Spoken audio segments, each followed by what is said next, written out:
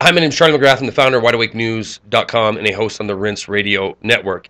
Is the Department of Homeland Security preparing for the next Wall Street meltdown? Great question posed by Ellen Brown in her latest article.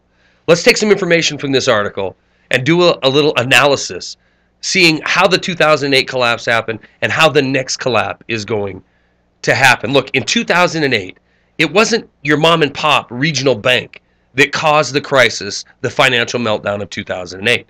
It was these shadow banking institutions, these non-banking financial intermediaries that are not regulated at all. We call them now what? Hedge funds, money market funds, credit investment funds, ETF, private equity funds, security broker dealers, securitization and finance companies. These companies that have no regulation, they operate in their own world. They're the very powerful, the very wealthy, the very influential, especially in Washington, D.C. They haven't been reeled in since 2008. They're larger than they were in 2008. They're more powerful than they were in the last financial crisis. But we can be rest assured of what's not going to happen in the next financial crisis. You see, it was sold to the people of this country and the world that bailouts had to happen, because if they didn't happen, we would see pandemonium in the streets.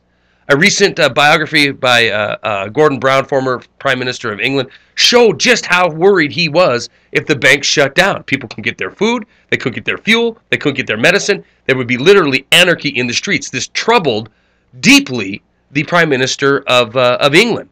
But we know that never happened. We know the people of the world were scared into that happening, yet we spent trillions of dollars to rescue these institutions, namely the ones who were not regulated in the first place, who caused the problem, who are even larger than they were before. So what happens when the next crisis hits? And it could be very, very soon.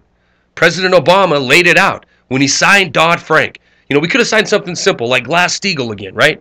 To separate bank holding companies and bank investment companies. We didn't do that.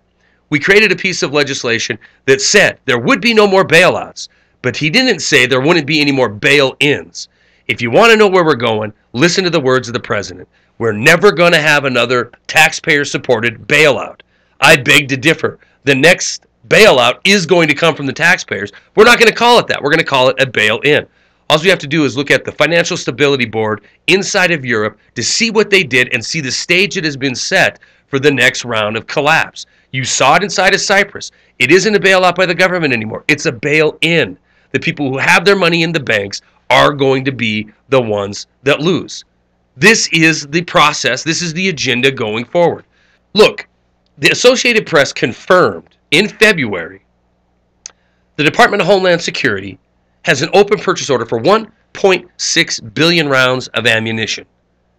Armored vehicles have been seen flowing through the streets, drones flying through the air, the expansion of the security industrial complex. For what? For what? Somebody in government is afraid of what is coming. And you can't believe the lies of this administration of the past or the agenda that's been put forward to have us believe that this is all to protect us against terror. Somebody knows what's coming. Gordon Brown understood what could happen in a major financial shutdown. Is it all just coincidence that on October 17th of this year, after 100 days of holding that credit limit within $25 million of the $17 billion or trillion dollar mark, we hit it on the 17th. Everybody and their brothers in front of the television telling us if we don't raise the debt ceiling, it's going to be Armageddon. Every politician, left, right, middle, is getting in front of that TV to tell you the same thing.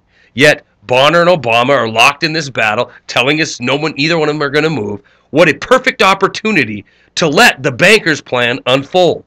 Is it coincidence that on that same day, the great shakeout earthquake drill is planned on the 17th of October, debt limit day? So is Quantum Dawn 2 cyber bank attack drill. Both of these are going to happen on October 17th, along with the debt ceiling being breached.